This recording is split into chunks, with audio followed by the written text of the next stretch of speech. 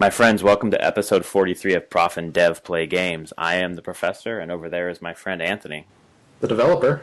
And we've got some news for you this week. We're going to talk about some Batman, some PlayStation, a little bit more about the Valve gambling issues, some Rocket League, and we're going to wrap up with some Comic-Con 2016 because that has it's about to end in San Diego, and it has taken over the downtown of my beautiful fair city. Every year, right? Every year, yep, and it is, economically a really great thing.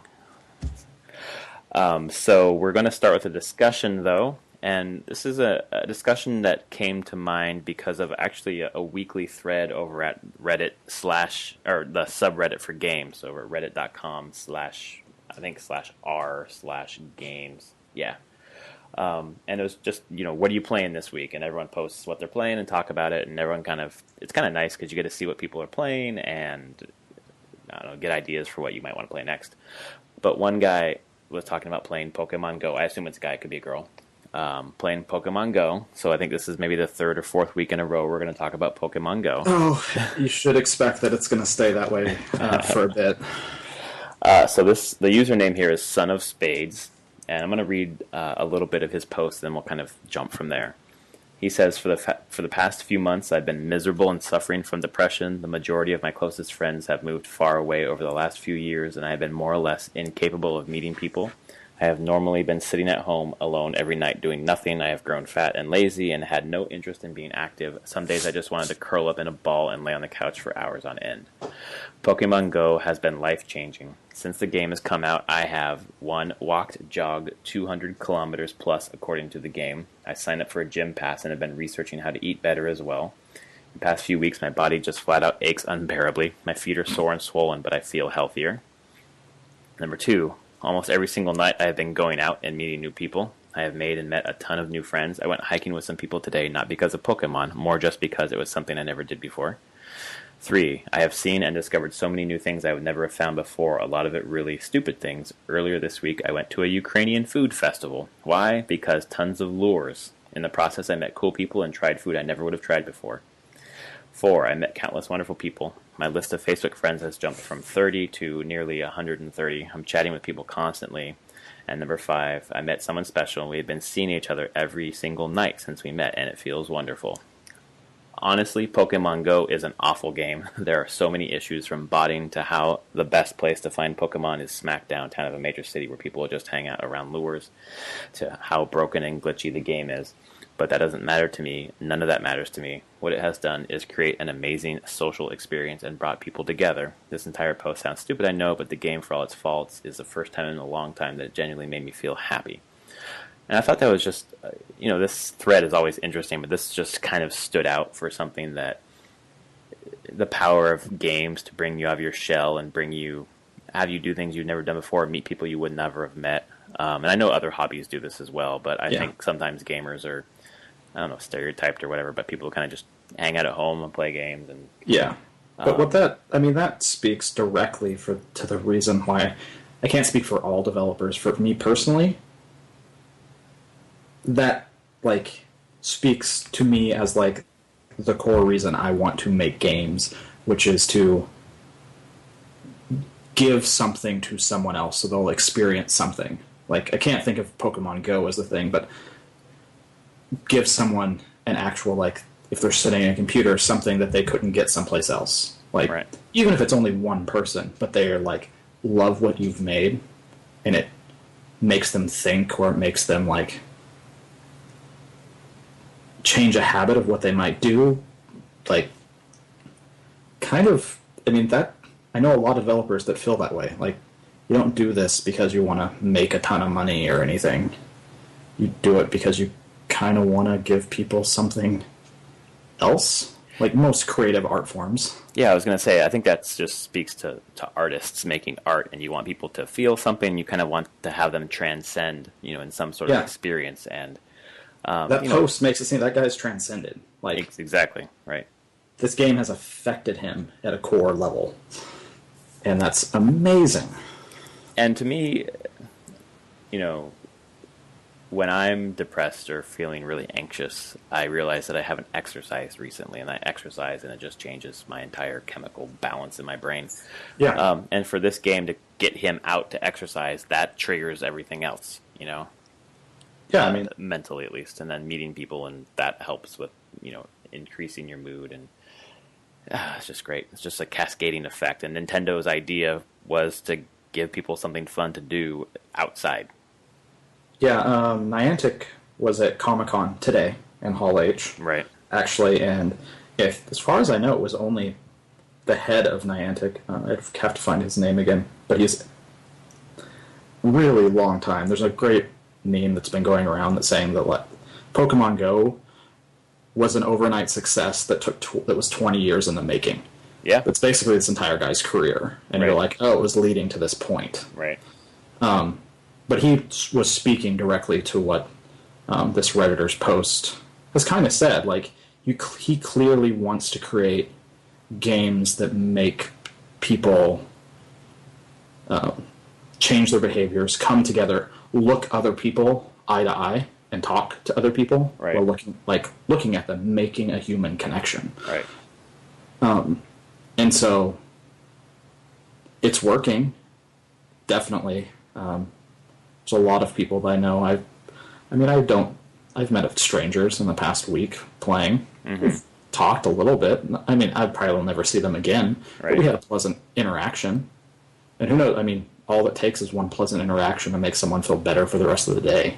Well, if you kind of believe in like putting energy out there in the universe and like making things more positive, just having tons Yeah. and tons and tons and tons of small positive interactions in a city just kind of makes that city a little brighter.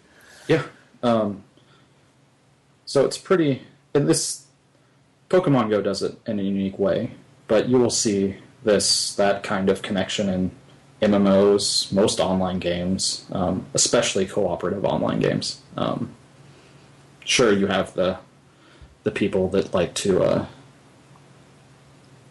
that are angry or whatnot, but the majority of stuff that I've played online cooperatively has been pretty positive overall. Right.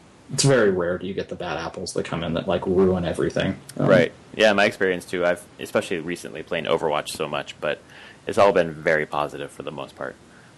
Yeah, and it does feel good to connect with other people, and I would definitely say I've met people through, especially WoW. I've met people that I would never have met before, and we met in real life eventually, and just from all over the country. We just kind of were at the same convention. We're like, hey, let's meet up. That's something that my mom has experienced as well. She got into WoW back in '09 when I showed it to her. It was funny. I played it for like a couple of months and I didn't really get into it, but she just latched onto it, and It still amuses me to this day. Well, she joined a guild and got to know the people, and then started jumping into vent servers. Yep. And talking to them, and then now they talk on the phone. These are people that she now knows in real life, and it's given her like a social community that she honestly doesn't have in any other way. And it's been a really positive thing for her, even though it's a little weird for, go home to visit her and she tells me all about everything about WoW, and I don't understand half of what she's saying, but she's just so excited about it. And it's probably incredibly positive for her. There's hardly anything negative except for the fact that she plays WoW a lot. Yes. Maybe it doesn't really get her out and moving. Exactly. Like maybe get out and exercise a bit, but she doesn't, so that kind of sucks. Maybe she should get into Pokemon Go. She should. Oh my god, maybe she should. I have no clue how that is around where we grew up. Yeah, who knows? I'm sure there's something somewhere. Oh, I'm sure. It's everywhere. Yeah, exactly. But it just made me think, this whole post, about how, I think sometimes the stereotype of gamers is that they're like in their basement playing these games, FPSs or whatever, by themselves. And they just, as much as any other hobby, bring people together. Like when we were in high school, we would get together every weekend and play, 4-player Smash or 4-player Mario Kart, and just have a good time. Every weekend, someone's house. Yeah, every single weekend, that senior year. Yeah. God, it was such a good time. So it's cool to see. And then this weekend at Comic-Con, I went to the Nintendo area. It was free for people without a badge, and I didn't have a badge this year. and I saw that there were people standing in line to play Splatoon. And I was like, oh, cool, it'd be kind of fun to play Splatoon with people. I haven't played it in a while. So I got in line and started talking to people around me. I had my 3DS, and guy behind me had his 3DS, and I was playing Smash, and he pointed at his and had Smash on there, so we played a little bit of Smash, standing in the line. And then I realized that we weren't standing in line to play Splatoon, we were standing in line to do a Nintendo competition, where if you won, you got a Nintendo Championship shirt. So it was, the first stage was Splatoon, and there were 4 people to a team, 2 teams, so I joined up with 3 other people in line next to me, and we took down the one team and won a Splatoon pin and moved on to Mario Kart, and I obliterated everybody at Mario Kart, and the top 2 got to move on to Pokken Tournament. Never have I ever played that game before, but my opponent had, so he wrecked his shop. And it turns out, I mean, I knew earlier, but he was a Nintendo, he took part in the Nintendo World Championships in 2015 in Los Angeles, and he was in the top 8. So he's very good at games, and beat my ass and won the t-shirt. And I was a little sad. Which Pokemon did he choose to play? Machamp. Okay, who'd you choose? Lucario, because he was the only one besides Pikachu that I knew. Okay. And I like blue, so I chose Lucario because I know him from Smash, and he's blue. There you go. And I figured out... It didn't play anything like Smash, did it? Oh, not at all. I figured out how to play it like in the 3rd round, and I beat him the 3rd round, and then he barely beat me. I had like... Nice. He had like 10 health left in the 4th round, but he beat me. But it was cool to have the whole audience cheering for me because I was clearly the underdog. And when I came back and beat him in the 3rd round, it was best of 5. People were just on their feet cheering and clapping. It was just such a, like, the funnest experience I've had around video games in a very long time, just because That's it's awesome. so social, and, you know, I would never have done that if I didn't have this interest in this hobby. So it makes me kind of want to, like, get involved in, like, there's a local Smash scene, and you're just more competitive or just, you know, social gaming. Yeah, I definitely have. It's not me been on the stage, but PAX a couple years ago, whenever Riot had a big giant area of PAX, it was shocking how easy it was to just get drawn into watching League of Legends games. Yeah, like competitive League of Legends, and just get pulled into the excitement of the crowd. Esports, man, it's taken off for a reason. When you see it, when you're sitting in it, and esports, I feel like watching on like Twitch or somewhere doesn't have the same effect that when you're in a crowd of a couple thousand people watching. Right, and they're all cheering and oohing and eyeing. It's like you don't even have to know what's going on. There's just energy. Right. It's like any sport, really. But it's that kind of what you were saying. It's just like it brings a lot of people together, just sharing that experience through a game. Right. That really, games haven't been the stereotype of person in the basement for a long time. Like, a long time. You don't think that exists in popular media? Oh, it does. Still? Yeah. No, it does, but that stereotype doesn't fit anymore. Oh, no, definitely like, not. it's 25 years out of date, 30 years out of date. Right. Because it's not a person in the basement anymore. Like, almost everyone plays some form of games. Everyone I know. I mean, except for maybe... Well, my wife does, too.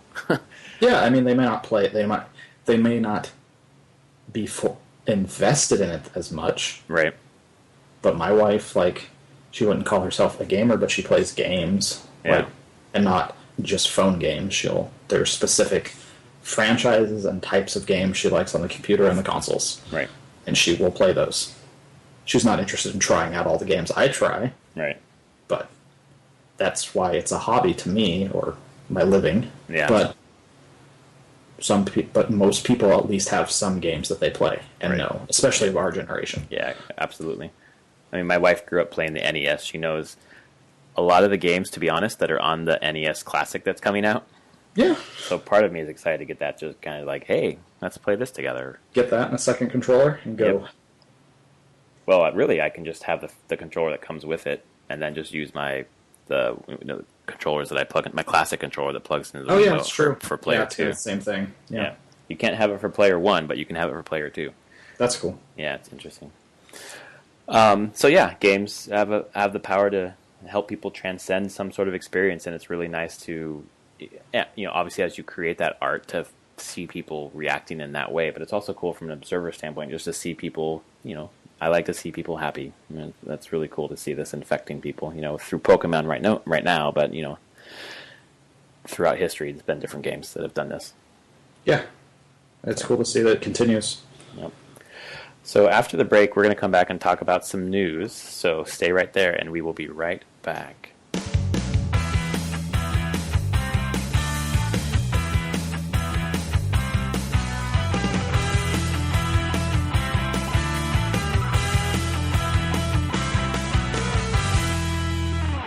All right, my friends, welcome back from the break. We've got a couple of pieces of news for you, some things that we saw this week that looked pretty exciting. And the first one is Telltale's Batman, which begins on August 2nd.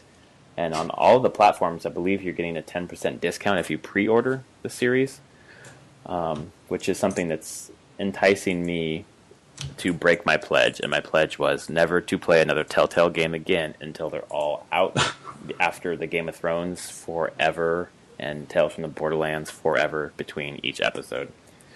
I'm a fan of episodic gaming for sure, but I need a schedule. Like once a month on the 30th it comes out, like a TV episode. Yeah. Once a week on Monday, I know it's going to come out. So, but Telltale's got a new engine for this game. I don't know if you've seen any of the video in motion. Or watched. I have. It looks pretty nice. It looks better. It sure does. Yeah. And then today at Comic-Con, or yesterday at Comic-Con, Greg Miller from Kind of Funny Games hosted a panel where it was the first live gameplay of the game, and he basically made the choices that the audience decided. Like he did like a vote.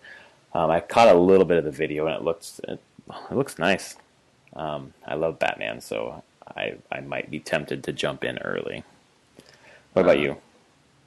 No, I'll wait until it's all out. Okay.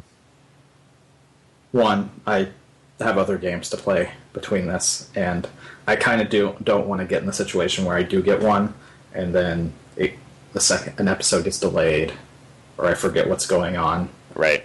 I'd much rather just binge through it. Yeah, and that's gonna happen. It happens with Telltale all the time. We're gonna put it out now. Oh, nope, it's gonna be delayed. And then you forget. I like what it's doing. Like watching the trailer. I did not know about the Comic-Con thing, but just watching the trailer, I'm like, okay, I can get behind this vision of Batman Right. that they're putting forward here. It's, to me, way more true to the comics. Well, and that, like, kind of animated series styling as well. Like, a little old school Batman. Yep. Well, and if you think about the Batman video games that we've gotten, there have not been very many where you are Bruce Wayne. Yeah, exactly. And none that you're really him for an extended period of time that I can think of. Which is a really important part of the character, honestly. It really is, yeah. And the idea that the choices you make, you can decide to take care of something that's Bruce Wayne or Batman, and that choice alone really, apparently, changes the way the story moves forward. So, yeah, it's always the diamond shape where you kind of like start at one place and you branch out in different directions, but you have to come back to a point at the end, which I guess maybe would explain Mass Effect, although I haven't gotten to the end of 3 yet. So, that storytelling arc. So maybe they've changed that, I don't know. Anyway, it's exciting. It is, on August 2nd, not too far. But August 9th or 8th is No Man's Sky. So, I'm going to hold off on any new games in like the next 2 weeks. You're going to be hip deep in space with that game. You pre-ordered that game, I think, right? Yeah, but I'm now questioning if I want it on the PS4 or the PC. Ah, okay. It's a big question mark for me. I'm actually now leaning that I'm probably going to cancel my pre-order and just get it on PC. Oh, really? Because I think that's probably where I'm going to want to play it more. Yeah. I don't know, though. It's really hard. It's a really hard decision. I had it pre-ordered up until it got delayed, and then for some reason the delay just made me reconsider if I was going to play the game or not, and I decided to cancel my pre-order. So I'll wait. So you'll have to let us know about No Man's Sky, and I'll let everyone know about Batman. Yeah. Our next piece of news here is about PlayStation. You want to take this one? If the link would open for me, that would be great. I got a different link open, so I'll take this one. Let me... clearly, our Slack is updated again and will not actually open these for me. Well, it's actually... it's the PlayStation blog. The link is dead. So we've got a link here from Gamatsu, and PlayStation Store has their Play 2016 lineup, and there are 4 games this summer that they're indie games that they're getting behind. We've got Headlander, Abzu, Brutal, and Bound. And if you pre-order the games, you get 20% off if you're a PlayStation Plus member. And if you pre-order 2 games, you get a 20% off coupon coming to you later that you can use for an entire cart of games later. And then when you pre-order, you also get a theme for the game. Headlanders from Adult Swim Games and Double Fine. It's basically a sci-fi inspired platformer. You play as a head trying to find your body, apparently. Abzu is made by the art director from Journey and his team, of course. And you're underwater and you're searching around the depths of the ocean. Brutal is that ASCII There's type been a lot game. of games like that recently. Like exploration? No, the searching in water. Yeah. With the Insomniac game that just came out. And those games honestly remind me of a game a few years ago called Aquaria. Uh-huh. Which is a Metroidvania thing where you're like a sea creature thing. Mm-hmm. Like, you are a person. It's kind of... No, it's a mermaid. You're a mermaid.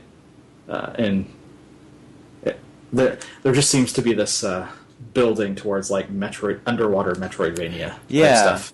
And to be honest, I'm playing through Song of the Deep right now. Yeah. Really like it. And that's the reason why I did not pre-order Abzu, even though I love to Journey, because there's only so much underwater physics you can take at a time. Or in for example, in the Mario games, the underwater levels were my least favorite. Yeah. Quickly, the other 2 games, one is Brutal, which is that ASCII kind of dungeon crawler that we saw at PSX last year or the year before. And then we've got Bound, which is really, you move around the world by dancing. It has a look to me that looks like Journey. So I ended up pre-ordering 2 of these games. I pre-ordered Brutal and Bound, the last 2 that I mentioned. Yeah. So I'll let everyone know how those go. But yeah, anything there that I know that you're holding off on buying games because you got a bunch to play right now, but anything there that actually piques your interest at all? Honestly, they all do. From just I should play these. Mm-hmm. Brutal definitely does. Yeah, Brutal was like the first one that I really wanted. I'm a huge fan of a game called NetHack, which is it's like the original roguelike. It's the most brutal game ever. But it's all portrayed in ASCII. Like, I have to terminal into a place to play it, a server, and it's all just, you are the ampersand. Not the ampersand, you're the @ symbol. That's your character in the game, and you wander around, and it's a dungeon crawl, NetHack. Roguelike. The shortest game I've had is I took one step, a rock fell on my head and killed me. Oh, nice. But it's that level. It's a game that's been in development for... We're in 2016, so 30 years. It's been in active development. That game you were just talking about? Yeah, NetHack. Holy hell, okay. So, and Brutal is newer. It's like 3D and stuff, but it's definitely trying to... it riffs on the NetHack art style with the ASCII, like the 3D ASCII art now. Intentionally, right? Like they're intentionally... Yeah, they're totally intentionally doing that. Okay. This definitely looks way more fast-paced than... NetHack is a turn-based thing, but that's the one that's probably given me the most, like, oh, I kind of want this, but I really shouldn't get more games right now. Yeah. Well, you have my PlayStation account on your PlayStation still, right? Probably. Yeah, you can just pop over onto mine and check it out. Oh yeah, check it out. Yeah. So yeah, I was definitely intrigued by all of them, and I decided to grab 2 of them so I can use that coupon to buy other games later. By the way, my gaming budget is just done, obliterated. I'm just buying. Well, of course, buying things. You're just it's gone. It's over. Let's just buy games. It's helping me wait to buy. Yeah, I'm still buying games on a discount. I won't buy anything unless it's on a discount right now. But if I hear a game's good or if a game piques my interest, I'm still picking it up. What's the next game that you would buy that's not going to be on a discount? Ooh, that's a good question. That's coming out this year? Yeah. Is there something that you're like, man, I'm going to get that day one, discount or not? Horizon Zero Dawn. That's not this year. I know. So that's the next one. That's the next one. There's not really anything coming out this year that. No, I don't really. I haven't got my interest piqued by anything coming out this year. I'm thinking in the AAA space. Yeah. Um, no. I'm similar. Yeah, nothing. I have just like you, I have so much to play, and honestly, this year is almost turning into like the year of like the smaller game for me. Oh, right. Never mind. I have one that I'll probably buy day What's that? one. What's that? Pokemon Sun or Moon. Oh, okay. You've gotten into. I'm going to do it. Okay, gonna dive in. Yep. That should be Day fun. one, I'll do it. Why not? I swear to. So you're okay. So the Nintendo podcasts that I listen to are talking about how there might be a big bump with that game because of Pokemon Go, and someone like you, that's without Pokemon Go, maybe not. No, if it wasn't for Pokemon Go, no, I probably wouldn't. Although Yeah. I might, because my son's playing. No, I might get it to play with my son. Right. But now I'm just like, nah, I kind of just want to try this myself. Like, why are these games so popular? Right. What about them has grabbed so many people? Yeah. Yeah, I was talking to my friends today at lunch, and they play Pokemon Go. We met them.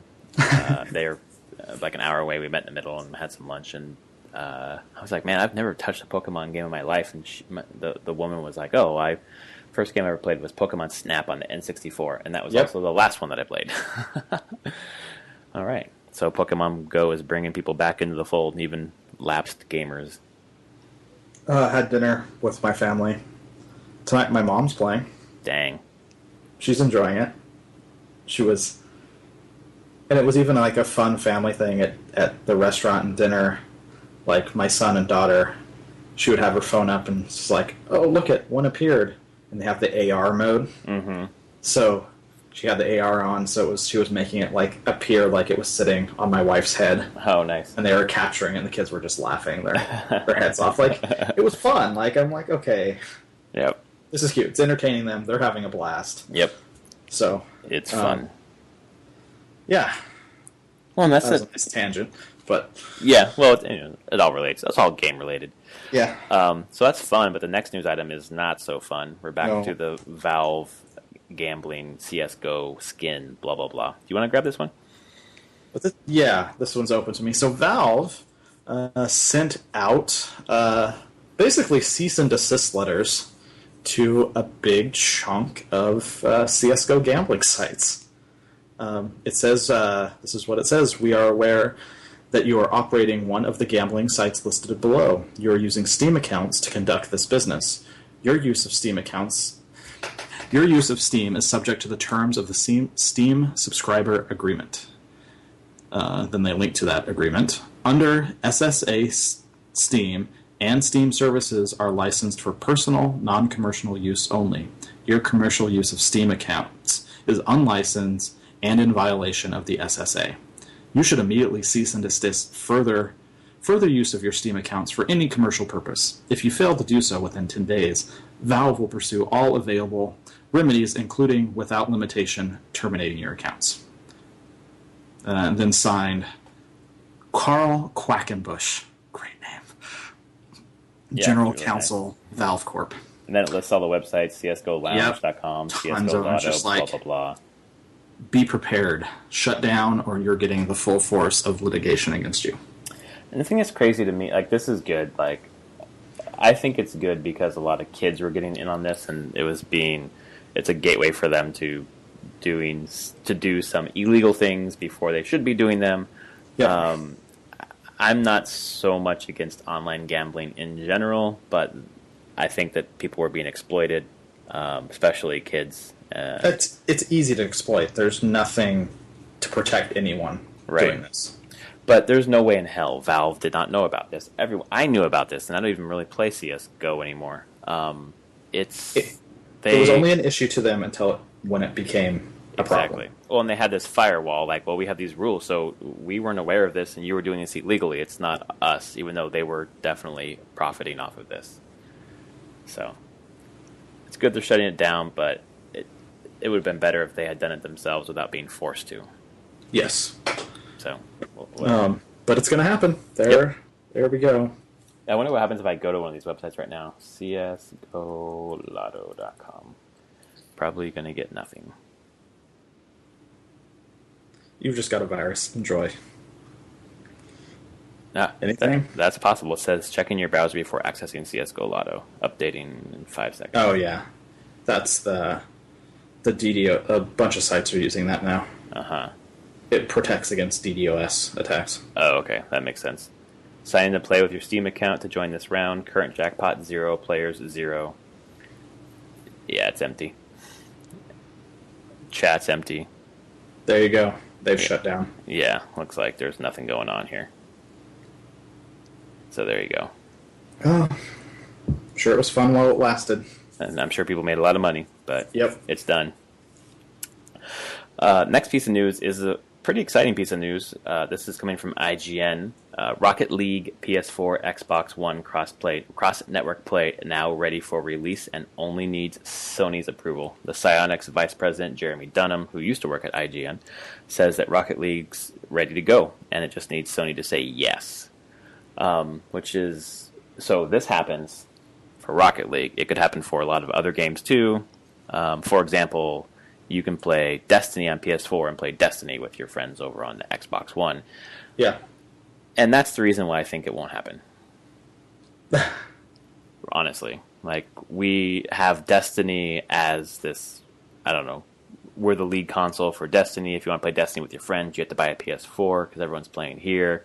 But if you can play with your friends on Xbox One, then why buy a PS4? I'll just buy an Xbox One. This is kind of the issue with when its competition isn't so strong between the two. Mm-hmm. It disincentivizes the leader from doing this kind of stuff. Exactly.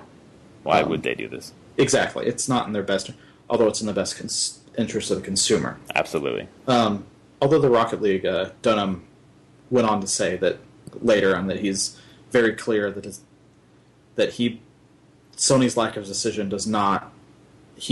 For him, talking with Sony doesn't seem to be a philosophical thing with reluctance from Sony. Okay. He feels like from everything that he's talked to him about, it's very much them making sure everything is in place on their end and before committing to this. Right, and they're a big corporation that then having to figure out how it all works and make sure everything internally makes sense before they say yes. Okay, well, that's good to know. Which I hope that's the case and this will happen. Then maybe Bungie would do this too, but who knows how Bungie's servers and systems are set up. Like, it's very could be that for Bungie and Destiny that they're very sharded on the platforms, so that you can't overlap. Right. I mean, that is possible. It happens. Like, if they just architected it from the ground up, saying like, nope, we have the PlayStation Network version and we have the Xbox Live version, right, and those two shall never meet, and they just decided that at the beginning.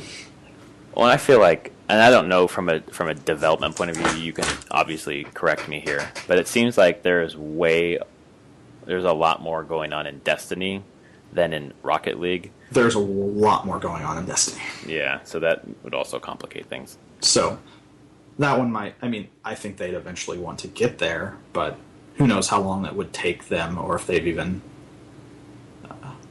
how their servers are designed to handle that kind of stuff. So right. I won't even assume that it's... Honestly, I can't assume if it's to them, presume to see if it's easy or hard. I don't know. But if they don't do it quickly after this happens with Rocket League, it's probably hard. Yeah, right. But it would be nice not to fragment the player base. I think smaller games, too, would appreciate having the whole player pool together. Yeah. Titanfall, the original, for example, if it had a PS4 release originally, the player base would be a lot bigger, and you'd be able to find matches. Yeah. That was EA and Microsoft making a deal, though. No, that's fine, and I understand that business sense-wise. Just talking about the population, it would have been, had a bigger pool. It says that Blizzard is also interested with Overwatch, though. Yeah. They want cross-platform. Right. Which is not shocking to me. No, of course, they want a bigger player pool. Although I bet they'll keep the PC separate. Oh, of course. There's no... Yeah. Keyboard and mouse would slaughter. Yeah. Slaughter. It's a different game. Balance. Yeah. It's just balanced differently. Right. So yeah, I think it would be great once Rocket League's, all their communities are all just playing together. Right. They just announced how many people? 17 million players? Yep. Or who knows how many are playing daily or anything, but still, that's a big pool of people that play the game or have owned the game. So, Well, I just picked it back up when I realized Like I kept the game 100%, and then I realized with the Neo Tokyo drop, there were new trophies. So I'm going through trying to get all those trophies. How hard are those? Um, some of them are not too hard, not much harder than before. Yeah. The one I recently just got was if you're playing on snow days, the hockey one, you have to score a goal from half court or halfway across the rink, Yeah. basically. And you could set that up in single player mode, but I wanted to get it in multiplayer, and I ended up getting it. And I was so happy. Just You're just luck, like, damn luck. Yeah, that's luck. Just play. Total You'll eventually luck. get it. Yep. And what happened was I was so everyone was behind me, and the puck had like filtered out toward the half. I don't know hockey, but the line in the middle. So I scooted toward it, and there was an opponent scooting with me, and I hit it, and he went past to get in front of the goal. And I shot the puck toward the goal, but I missed it. It was going to the right where the opponent was, and he turned around to block the thing, and as he turned around, it hit his back bumper and just scooted right in the goal. Nice. So it counted as a goal for me because no one else touched it besides the opponent, so that was pretty sweet. Awesome. Yeah, that's my latest trophy. You're like, okay, yep. Done. So there's another piece of news that I think this was a couple of days ago, maybe yesterday. Sonic the Hedgehog is having his 25th anniversary, and there was some news about a game called Sonic Mania. It is an old 2D Sonic. Yeah, please tell us about it, because I don't know shit about Sonic. So basically, it's a trailer that came out, and there's a little bit of info, but basically Sega was basically like, okay, 25th anniversary, we're putting out a new 2D Sonic game. And honestly, we had a discussion last week of why does Nintendo make cultural hits and then being good with their IP and their properties. Mm-hmm. Sega's been horrible with Sonic. Yeah. Horrible. But those 2D games are still really good games. And it's nice to see them revisiting that again. It actually piques my interest. It looks to have just tons and tons of kind of the best. This trailer, of course, is showing the best of it, but it looks to combine a lot of the initial 2D Sonics and like the Sonic CD game. Into one game? Is that what's happening here? It looks like I think it's hard to tell if it's all completely new, but it does seem like most of it is new. Mm-hmm. They're just reusing tile sets and the themes from the different games, plus adding some new zones. Right. And then you can play as Sonic, Tails, or Knuckles. And they're sharpening up the sprites and stuff. Oh yeah, they're definitely sharp. Like they're modern. It's very modern sprite graphics. Mm-hmm. So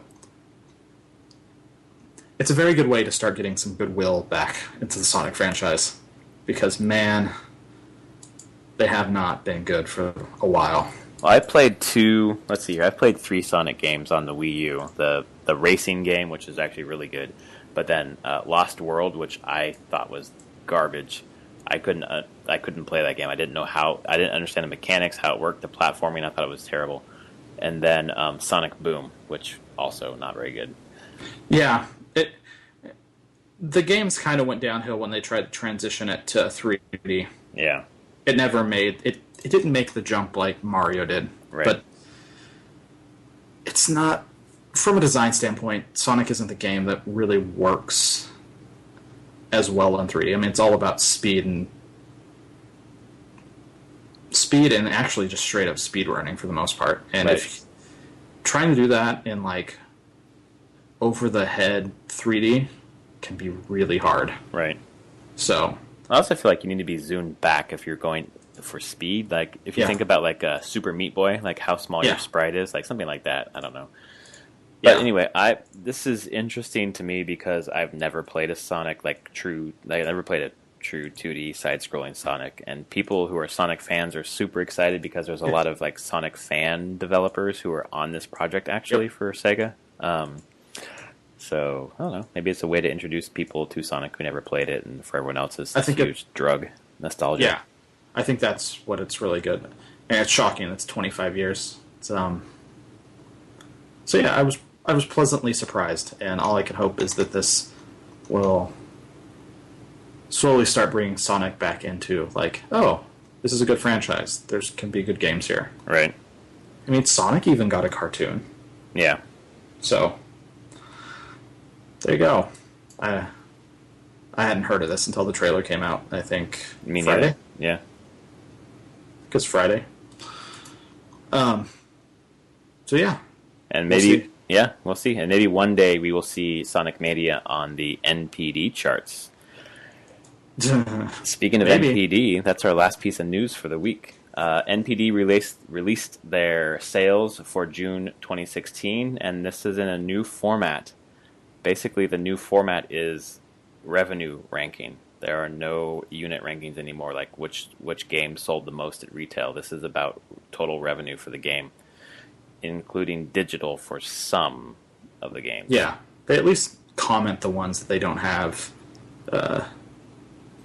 digital sales for. Right. So, for example, number one seller, number one revenue for June was Overwatch, but this does not include BattleNet sales. So you got to imagine that that's much Massive. higher. Much higher. I mean, I would imagine most people bought Overwatch on PC. Yeah, and if they bought it on PC, they bought it through BattleNet. So there you go. Exactly right. That's how I bought it. But yeah, it's apparently number one. So that game. Oh, anyway, let's go. You want to go through the top 10? Sure. So Overwatch, number one, but no BattleNet sales included in there. 2, by revenue, Grand Theft Auto 5. That does include digital sales, so that includes all the Steam summer sale, probably. Lego Star Wars The Force Awakens at number 3. Good debut there. Doom 2016 at number 4, but includes no digital sales. So, again, it was a game that's been on sale for the Steam summer sale. So none of that's being considered in Doom's ranking. Number 5, Mirror's Edge Catalyst. 6, Uncharted 4, A Thief's End. The no digital sales on that one.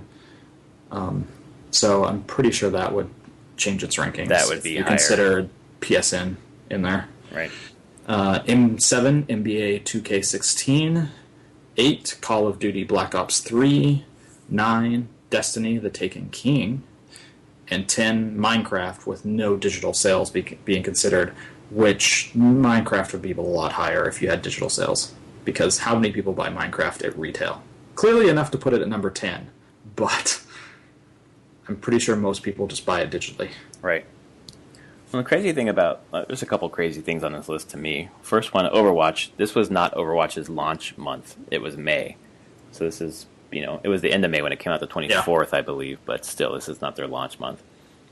The second thing, there's a footnote about Lego Star Wars The Force Awakens. Basically says the new launch in June 2015 was Batman Arkham Knight.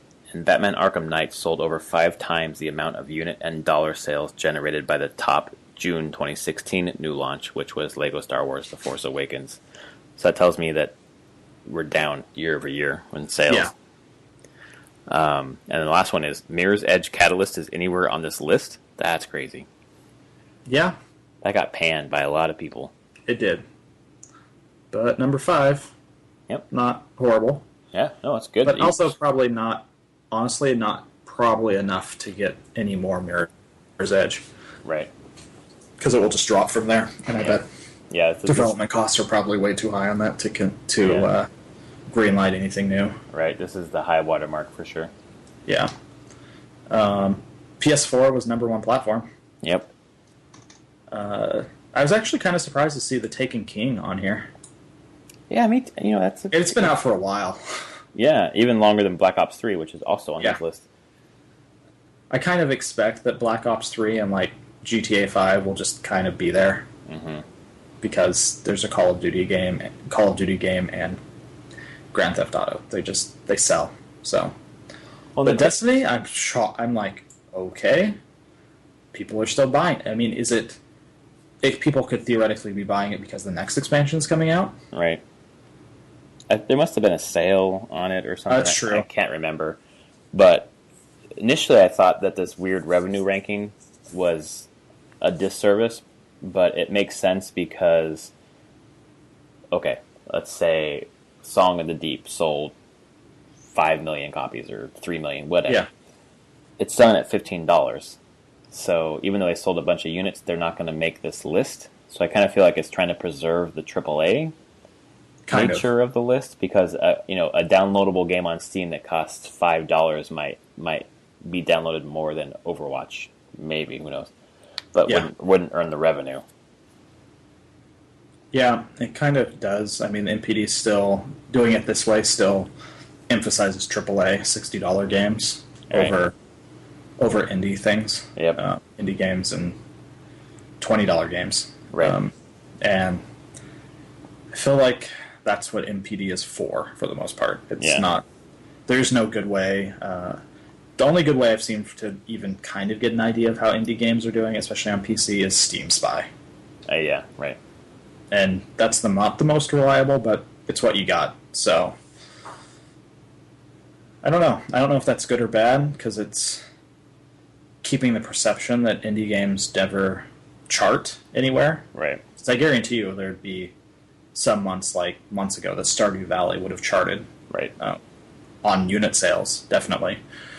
Because it sold 1.5 million copies in a month, basically. Yeah. So, but, I mean, the guy who put that out doesn't report numbers, and Steam doesn't report numbers, so you kind of have to still take NPD with a grain of salt. But It shows a good overall trend for the health of the video game industry. Well, and their NPD also is trying to modernize itself a bit, so that's a good step, I suppose. Yeah. And lots more to talk about for us. Yeah. So yeah, PS1, number one still. PS4. Yeah, I don't know if that's ever going to not be the case. Well, Microsoft just dropped their the Xbox One to $250 now. But the S is coming out, the 2 terabyte S is coming out August 2nd, and then the Scorpio is on the horizon. And yeah, the Black Friday this year with Xbox Ones, those things are going to be below $200, mark my words. I can see that. The originals, yeah. Yep. Totally. Mm-hmm. Yep. It's not like they're making them anymore, so they're just going to try to get rid of them. Yep. Old stock. So if you're in the mood to get an Xbox One, wait till Black Friday. Although if you have a gaming PC, just don't buy an Xbox One, because you can get those exclusives on your PC. It's true. Just buy a controller. Yeah, buy the Xbox One controller, which is quite a nice controller, especially the new ones where you can customize them. Yep. I already have mine ready to go. Did you order it? I haven't ordered it yet. I was waiting until my address changed. Oh, right, right. But I'm going to order it. It's blue, and it's beautiful, and I can't wait. And it's Bluetooth, so I can use it on my PC without a nice. The Microsoft dongle or without a cable. Yeah. Yeah. So speaking of controllers and me and my hands, when we come back from the break, we are going to talk about what we are playing with those controllers in our hands. So stay tuned, and we'll be right back.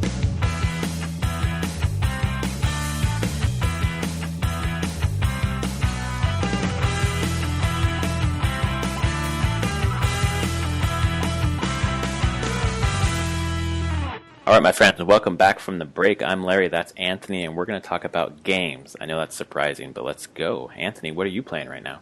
Wait, we're talking about games? Oh, I'm sorry, I forgot to tell you. I forgot to warn you. Yeah, this is a games podcast. I was talking about beer. We're talking about beer. What beer are you drinking? What do you got? I'm drinking a grapefruit Sculpin right now. Oh my god, that thing is so good. Point. Yeah, from Ballast Point. Oh, it's so good. Yeah, it's probably one of my favorite of the citrusy Sculpins, which are really popular now. Yeah. But I kind of splurged and got one because they're not the cheapest. No, they're not. Yeah. Honestly, beer line Ballast Point is expensive. I'll be honest. You got to come tour the brewery when you come down to San Diego. Oh, I definitely want to now. I want to go there, and I want to go to Stone. Oh yeah, Stone's great too. No, that's what I have drinking right now. But no, games. Okay, so what I've been playing?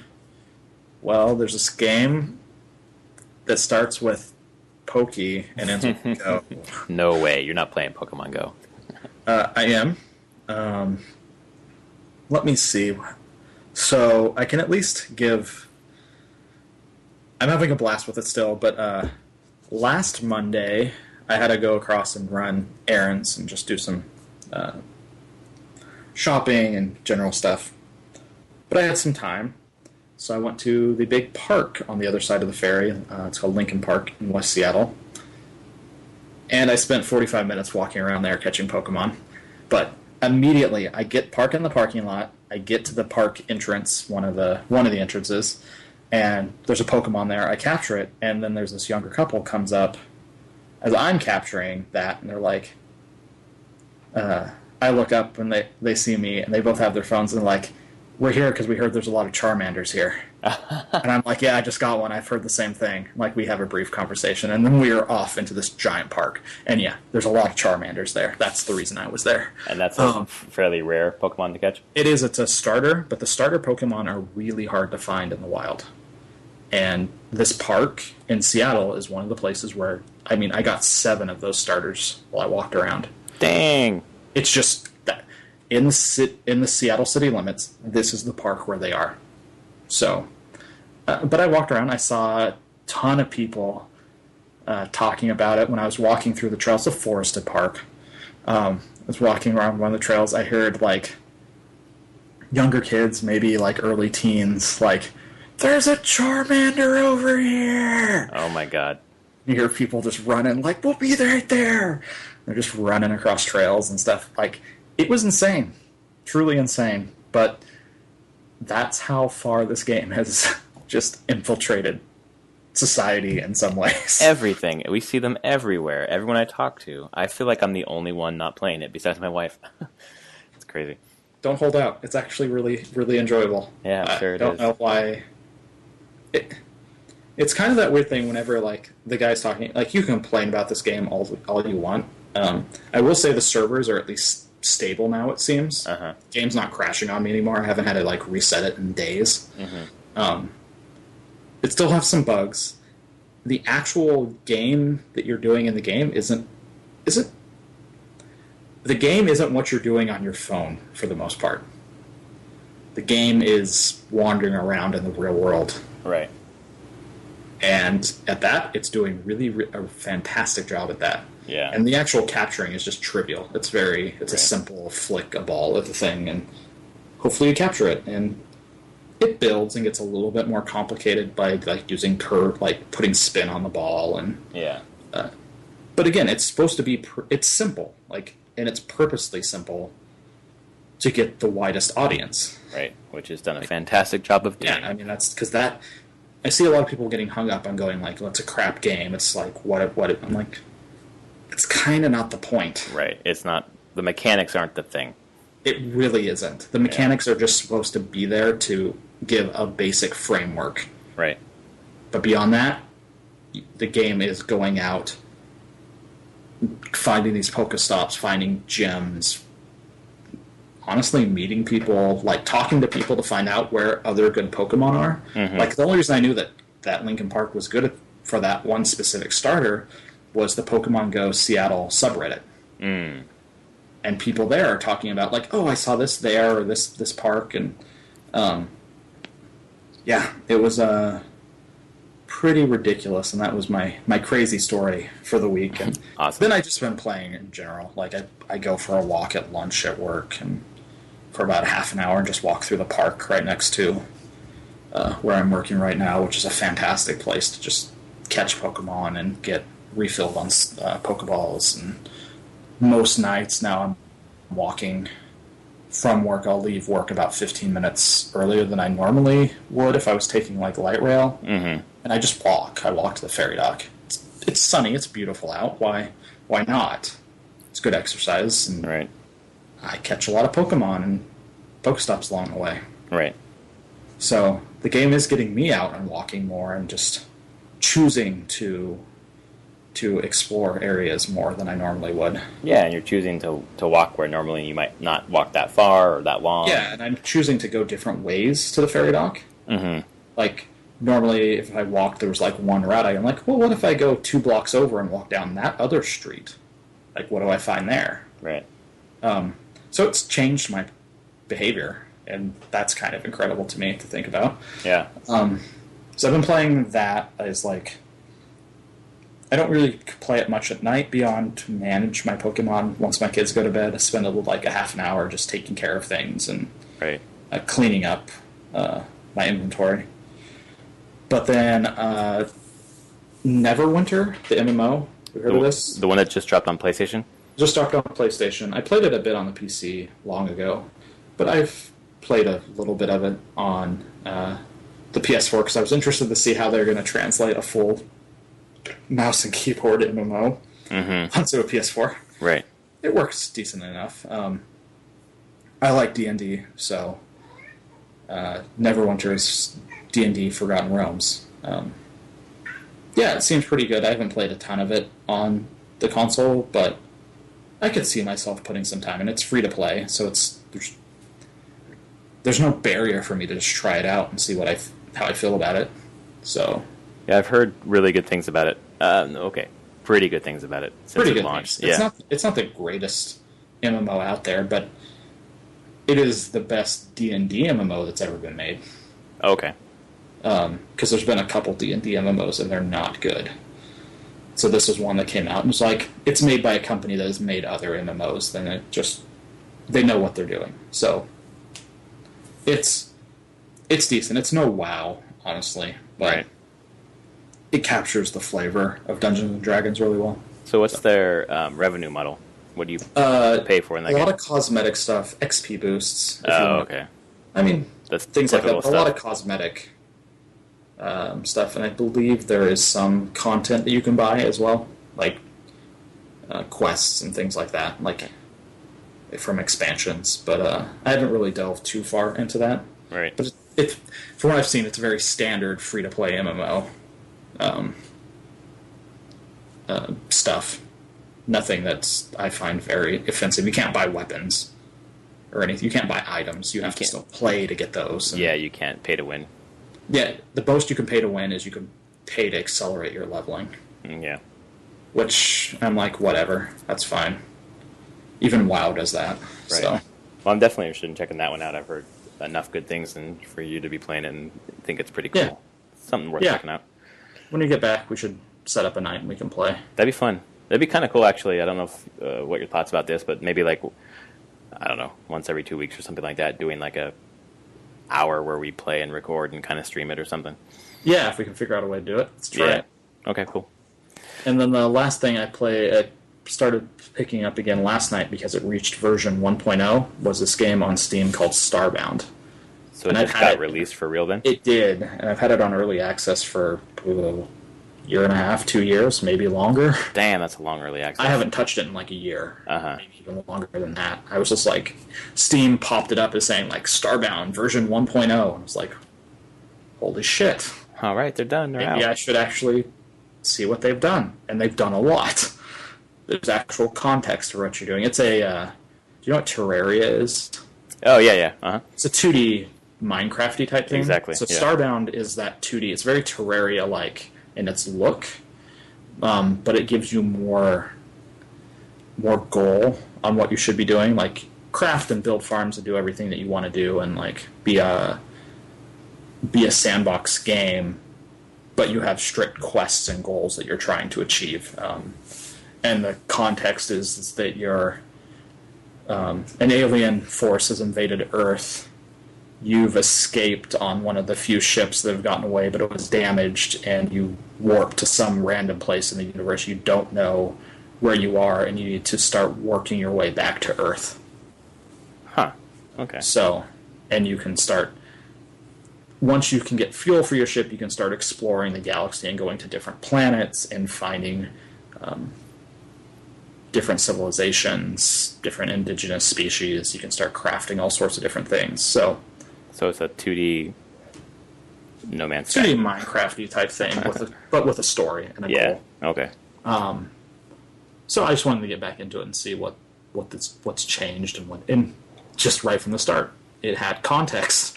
It actually led you through the beginning of the game, and I know why I'm doing what I'm doing. What you're doing, and there's way more hand-holding than there was before of like directing you and like what you should be building and where quests are and things like that. So I need to put some more time into it to see how I feel about it overall. Yeah.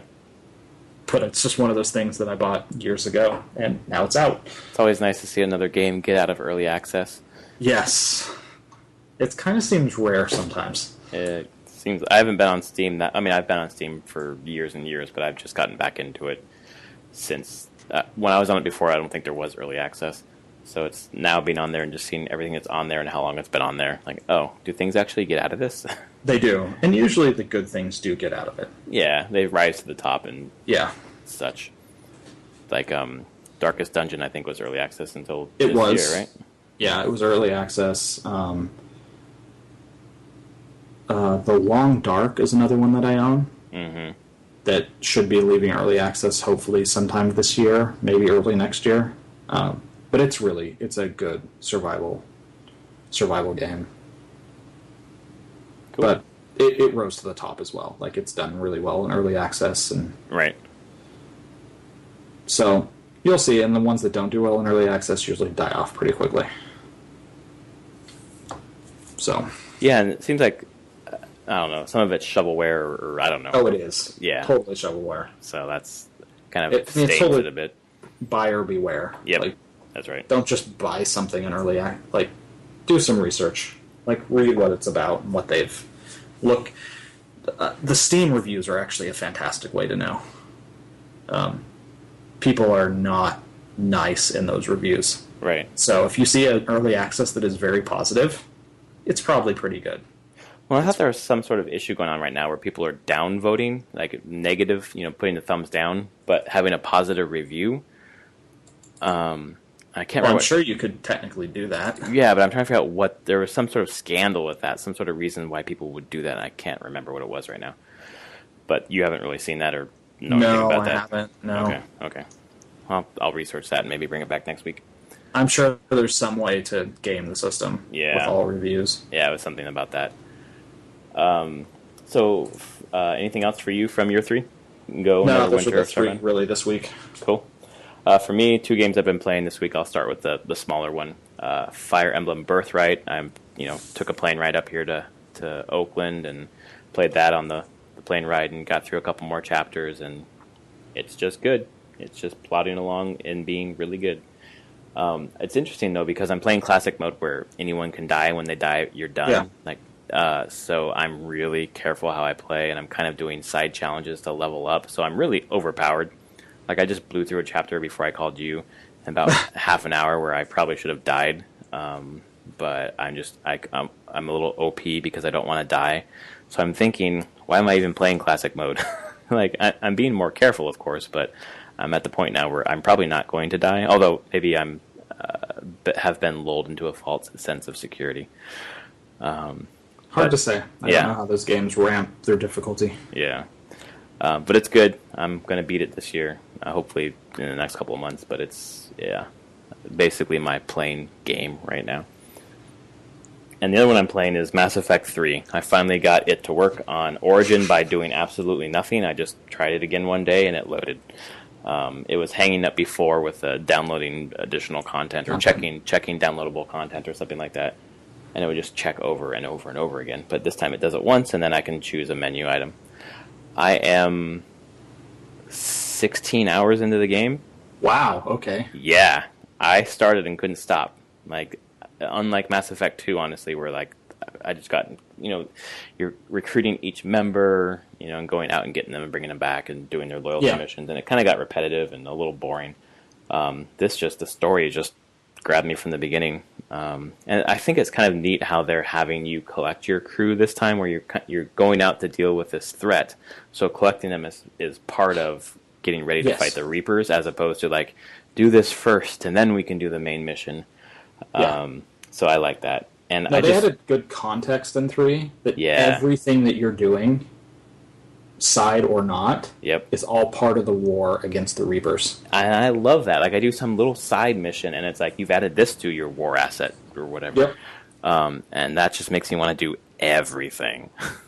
And you can see that mechanic was pulled into Dragon Age Inquisition. Oh, you're right, actually. Yeah, that's totally true. It was totally wholesale. Like, they revised it for Inquisition, but it's the same basic thing that you're doing in Inquisition. You'll see that in BioWare games. They kind of share systems Yeah. back and forth between franchises as time goes on.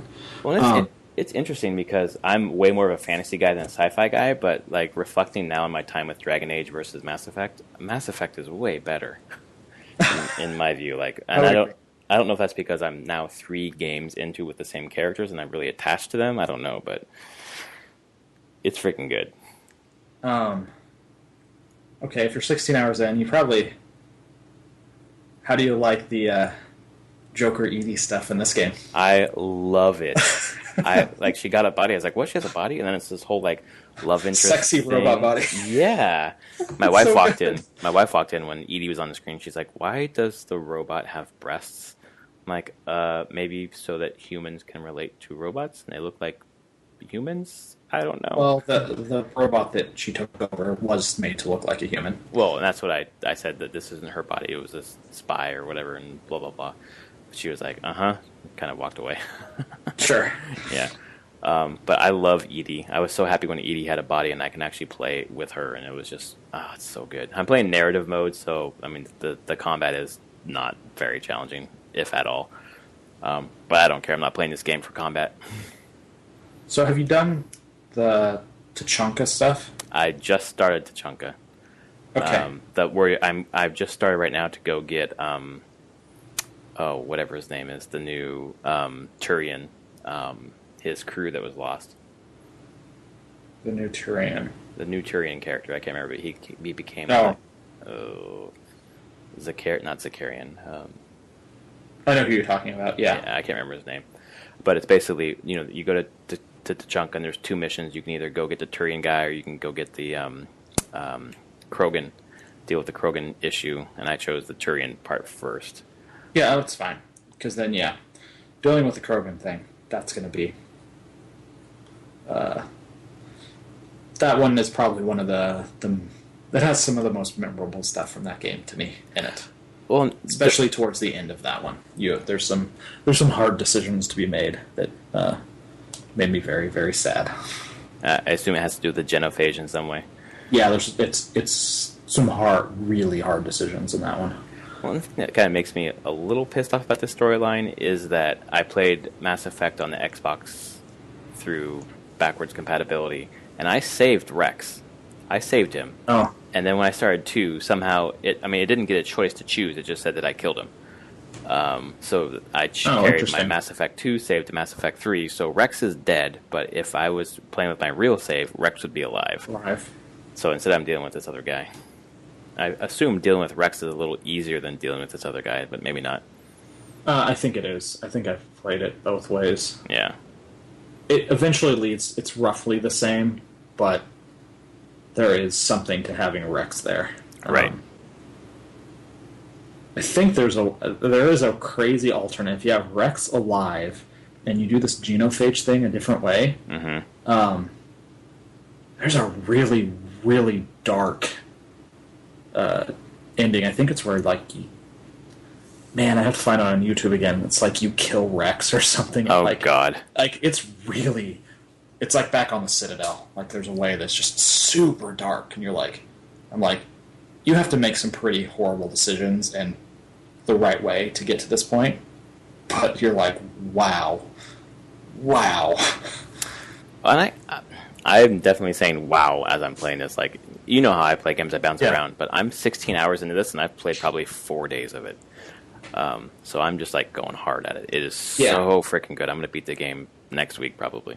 Yeah, I can see that. At the rate you're going. Well, I'm moving next week, so maybe not next week, but... That's true. Soon enough.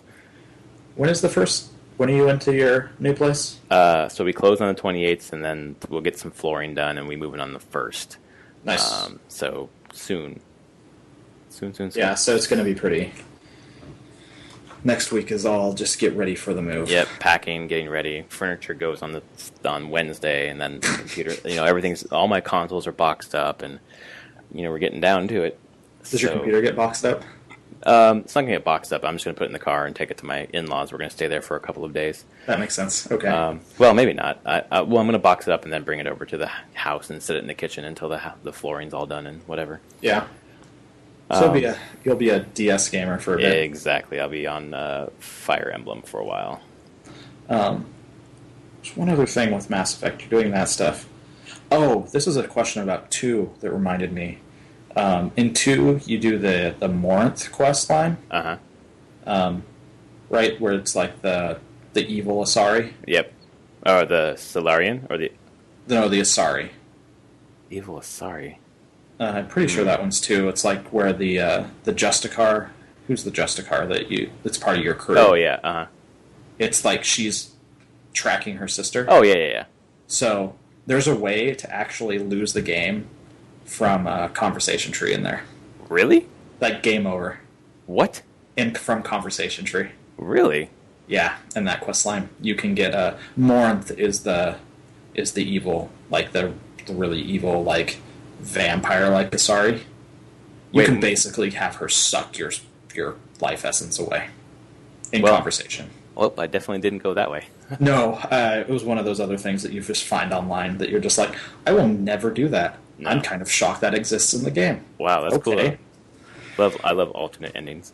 It's just alternate, yeah, and that's quite an alternate. Sorry, game over. You chose the wrong conversation choices. Well, first I thought you were talking about the Solarian who's on your ship. I forget his name. No, Mordant. That's Morden. Yeah, okay. I love Morden.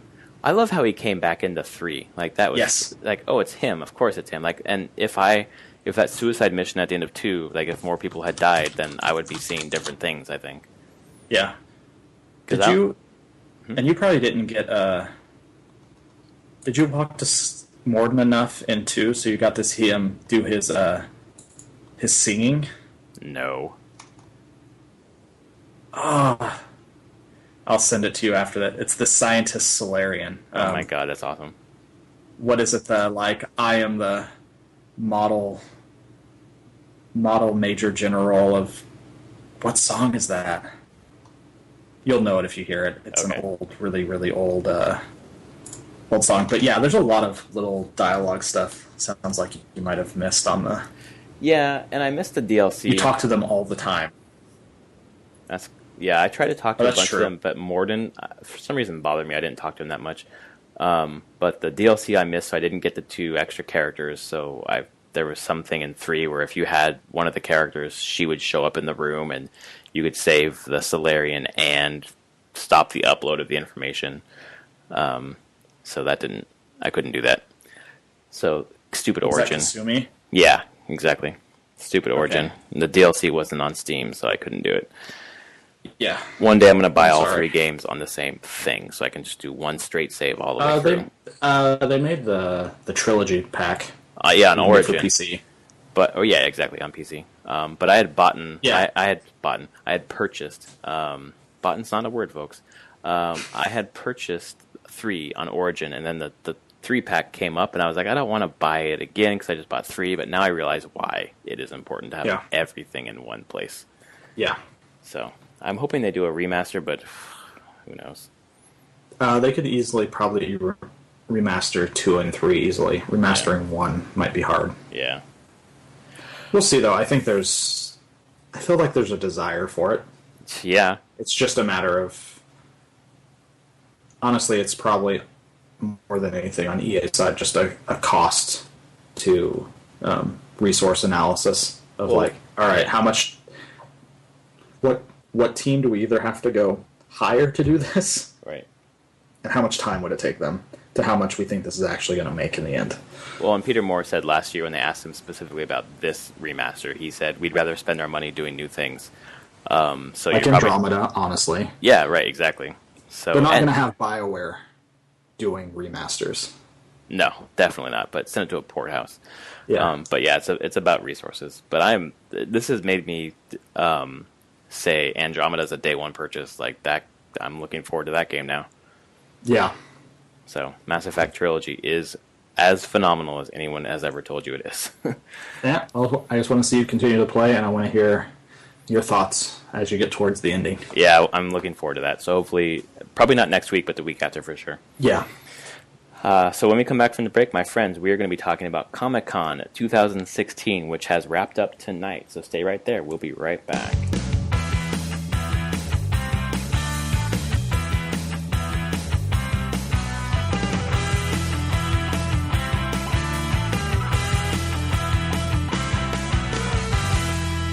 All right, my friends, welcome back from the break. We are going to chat about Comic-Con 2016. Anthony has been viewing it from afar. I was down there for one day, checking some things out. But this has been a pretty busy Comic-Con. Lots of announcements.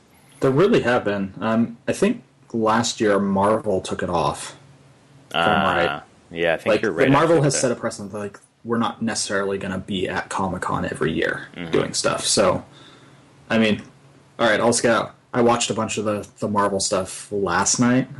There's like new Doctor Strange trailer. They announced Brie Larson as Captain Marvel. I'm so excited about that. She's such a great actress. She is, and I'm like, holy crap.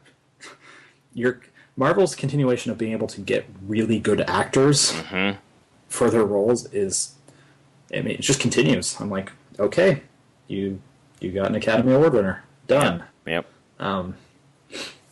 Which isn't the first time, but they just continue to do it. They did that. I mean, they had the Doctor Strange trailer, which looks like Inception on crack. God, it looks so trippy. That should be on the box. Inception on crack. Prof and Dev play games. Yeah, pretty much. It's gonna weird. I think that's gonna push audiences quite a bit. I feel like it's good that Marvel's kind of pushing themselves a bit more to be stranger, right? In a lot of ways. What else did they show in there? There's like that was most of the video, but then I saw some other stuff of, like, they were showing the next Thor movie, and they were showing stuff from Guardians of the Galaxy 2. Right. Kurt Russell is playing Star-Lord's, Chris Pratt in that, Star-Lord's dad, which is awesome. What else? DC had their stuff. They showed Wonder Woman trailer. People lost their minds for that. It looks so much different, and by different, better than any of the Snyder crap. Right. It has color, and it looks like it could be funny. Holy cow. Who would have thought? Yeah, exactly. Before we move on to DC completely, they also showed Black Panther. Right. They did do the big... They didn't show any new footage. At least they didn't release it online. I think they brought the cast out, didn't they? They did bring the entire cast out. Yeah. And Black Panther from Civil War was so well done. I'm looking forward to that movie. Honestly, I'm looking forward to everything Marvel's doing in the next, like... To me, they know what they're doing with their universe, and they're just running with it. Right. So, it's up to them to make a bad movie to lose me. Yeah. So...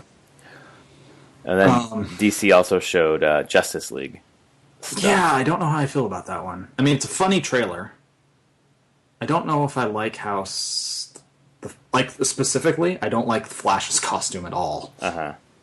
Like, I think Flash character was introduced really neat in that trailer. Did you watch it? I haven't seen any of these trailers, no. Okay, the Flash out of costume is introduced, but I actually think the Flash TV show costume looks better than the movie costume. Huh, that's interesting. The movie costume, it looks more mechanical. Yeah. Like, it's more armor. It doesn't feel like Flash to me, has ever felt like.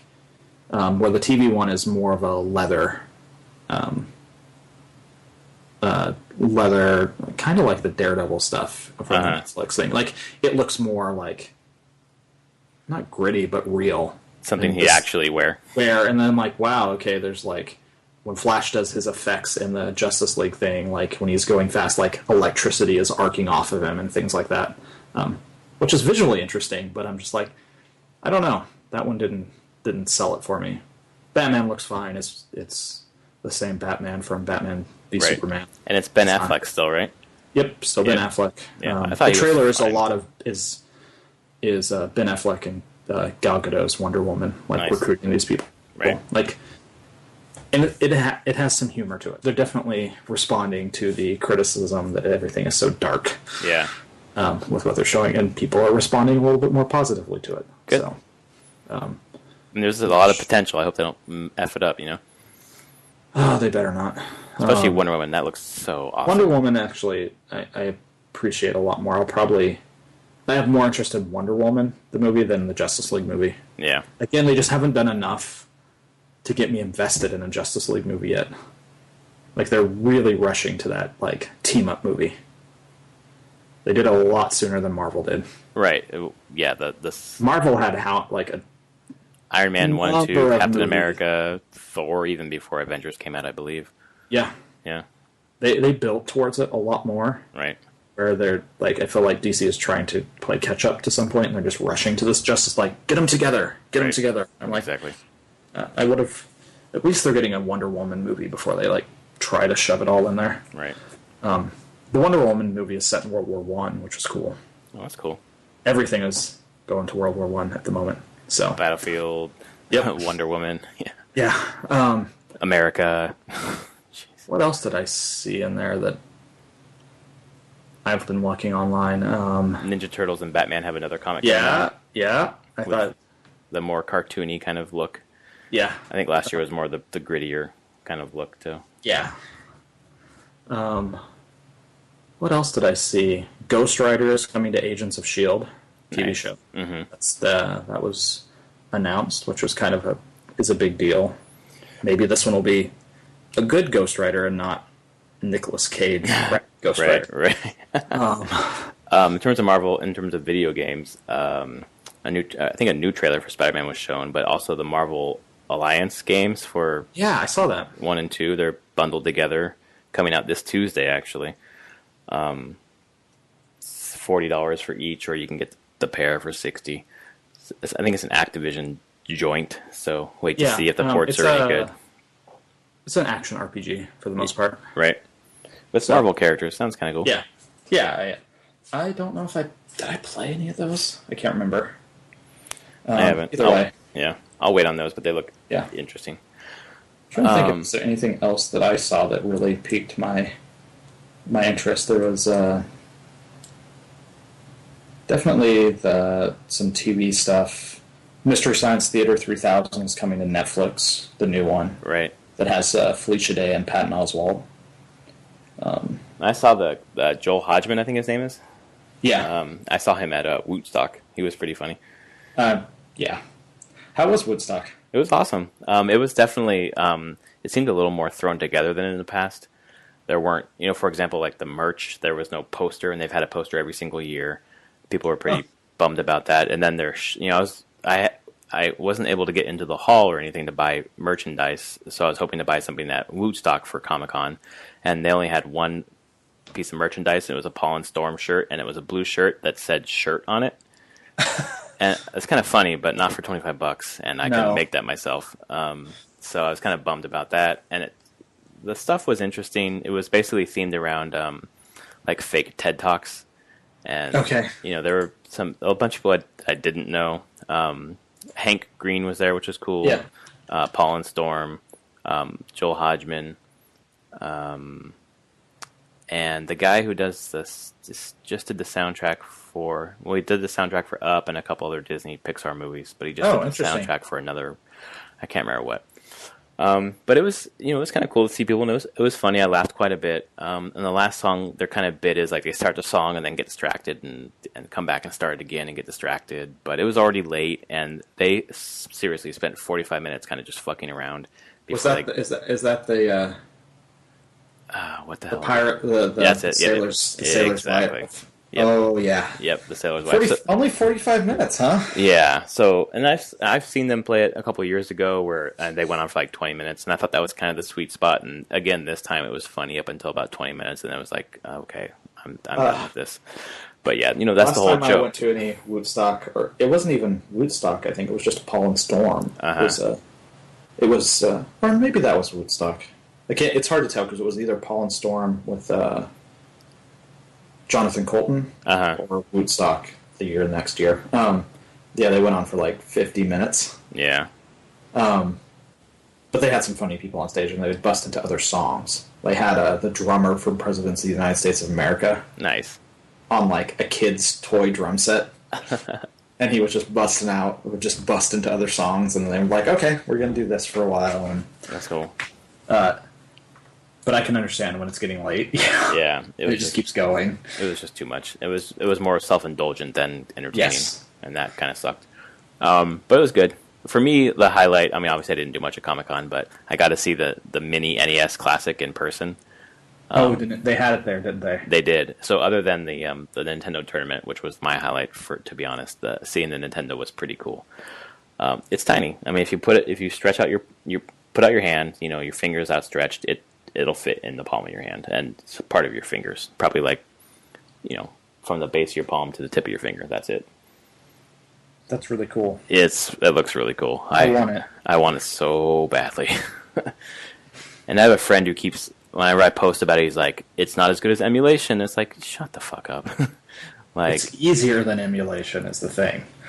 oh, and it's nostalgic. It's cute. Like, the box looks cute, and it's just plug and play. And of course, I can get all the games on emulation. But if I can buy the games, I'm a fan of emulation when you're not able to buy the games anymore, and they're harder to track down. But if you have the ability to buy the game, then buy the game. Yeah. So it looks cool. I can't wait to buy it. I wish they would put the damn pre-order thing up, though, man. Yeah. Amazon has a page for it. Oh, they do? But you can't pre-order it. Boo. It's just like, email me when this... Oh, it's yeah, like, not available. Email me when. Right.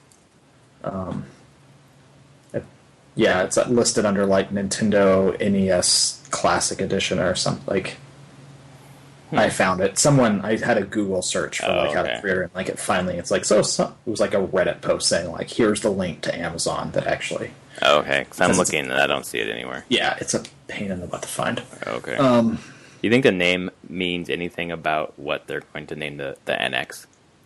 Like, do you think they're going to go with, like, the Nintendo Entertainment System again or something? That would actually be pretty awesome. Yeah, I think so, too. Like, I know the Wii U... I don't think they shouldn't necessarily do that. I don't think they should name it a Wii thing anymore. Hell no. Get rid of that name. It needs to be something to differentiate itself, so... Right. If they went back to being, like, just straight up Nintendo Entertainment System... I would love that so much. And no one's going to confuse that with the original NES. Not anymore. We're too far away from that. Yeah. Although they might confuse it with the new mini one they're trying to put out. It's possible. Well, that's why it'd be the NES Classic. Right. Yeah, I was trying to think of any... Did you do anything else while you were down there? Just Nintendo, and then over to Wootstock. I tried to go to the Nerd HQ Microsoft thing, but there was a line around the building because it was badgeless as well. I was like, nah, I'm not going to wait in the heat. It was really hot in San Diego this weekend. Yeah, I can really imagine. hot. So, yep, just those things. I'm hoping next year I can actually get a badge, but it's all a crapshoot, It is. Luck of the draw. I feel like all those conventions are now. Yeah, exactly. More people want to go than can fit, so. But yeah, I enjoyed it, and the announcements were cool. I can't remember a lot of the ones that I liked. There was just so much. There was so much information, so much stuff coming out of Comic-Con. There is. There's just American Gods. Oh stuff. yeah, right. There's a trailer for that now. Yep. It looks amazing. It does. You've read that book, right? Yes. Okay. It's a good book. Oh, such a good book. I just seeing that trailer for the TV show, I'm like, they're nailing this. Yeah. They are totally nailing. My wife's super excited for the new trailer from Fantastic Beasts. Oh yeah, I saw that.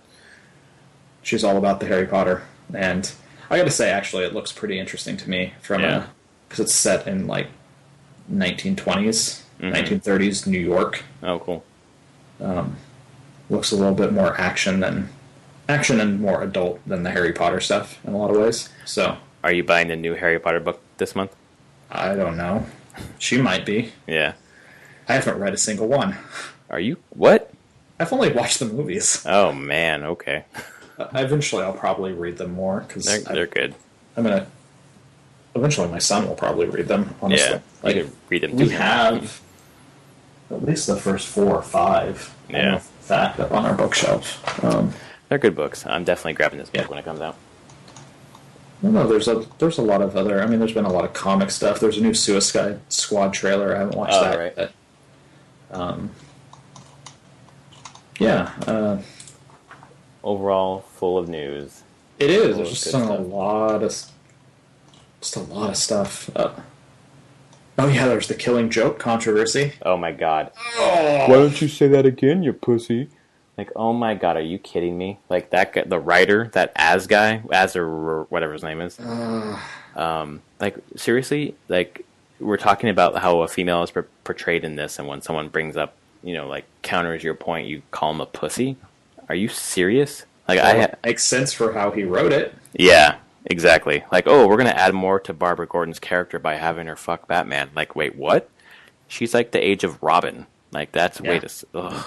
Like, you guys suck. I don't want to see that. I don't want to watch that at all. I was interested until this panel, and now I'm not interested at all. Definitely turned me off. That was a complete and total shit show. Yeah, absolutely. Like, reading about it, I was just like, oh. Yep, total shit show. Oh, that's not going to make fans happy at all. Nope, not at all.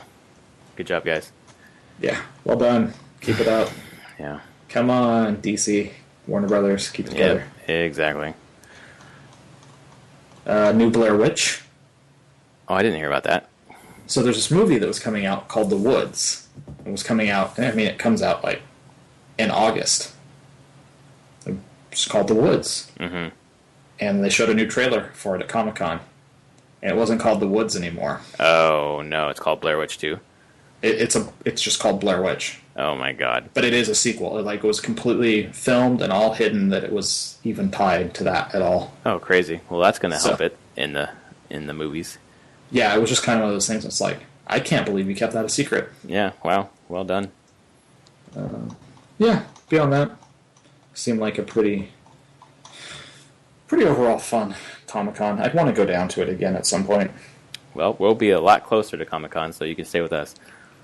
Oh, it will happen at some point. Yeah. I just have to figure out, it's been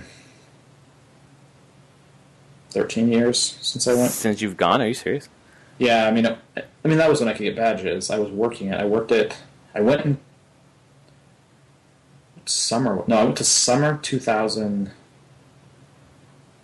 So when did I go down there? I started dating my wife in 2001. Mm-hmm. So the summer of 2001 was the first Comic-Con I ever went to. Didn't go 2000. Did I go 2000? I didn't go 2002. 2000. Then I went summer 2003. I worked it as well. So yeah, it's been 13 years. It's time to come back. Maybe we can plan it for next summer or something. It would be awesome. It would be a fun. It's definitely a bigger convention than. It's still sold out when I went, but yeah. It's definitely something I'm like. I probably only need to do this once every decade. Yeah, right. Because you get all the news without being there. But I remember it being just kind of fun to be part of a spectacle. Because it is a spectacle. It sure is. Yeah, it's fun to be around it. Yeah. Well, if there's any other news from Comic-Con that we missed this week that piques our interest, we'll bring it back next week. But I want to thank everyone for hanging out with us for an hour and a half and talking and listening about games and pop culture. It's been fun. Thanks, Anthony, for your time.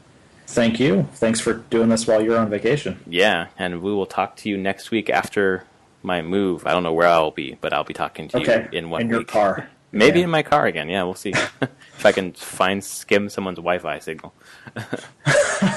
We'll see how that works. All right, man. Just be another Pokemon Go player hanging out That's a good idea. Someone's neighborhood. That's a good idea. All right. We'll talk to you next week, Anthony. Thanks. All right. Have a good night. See you later, everybody.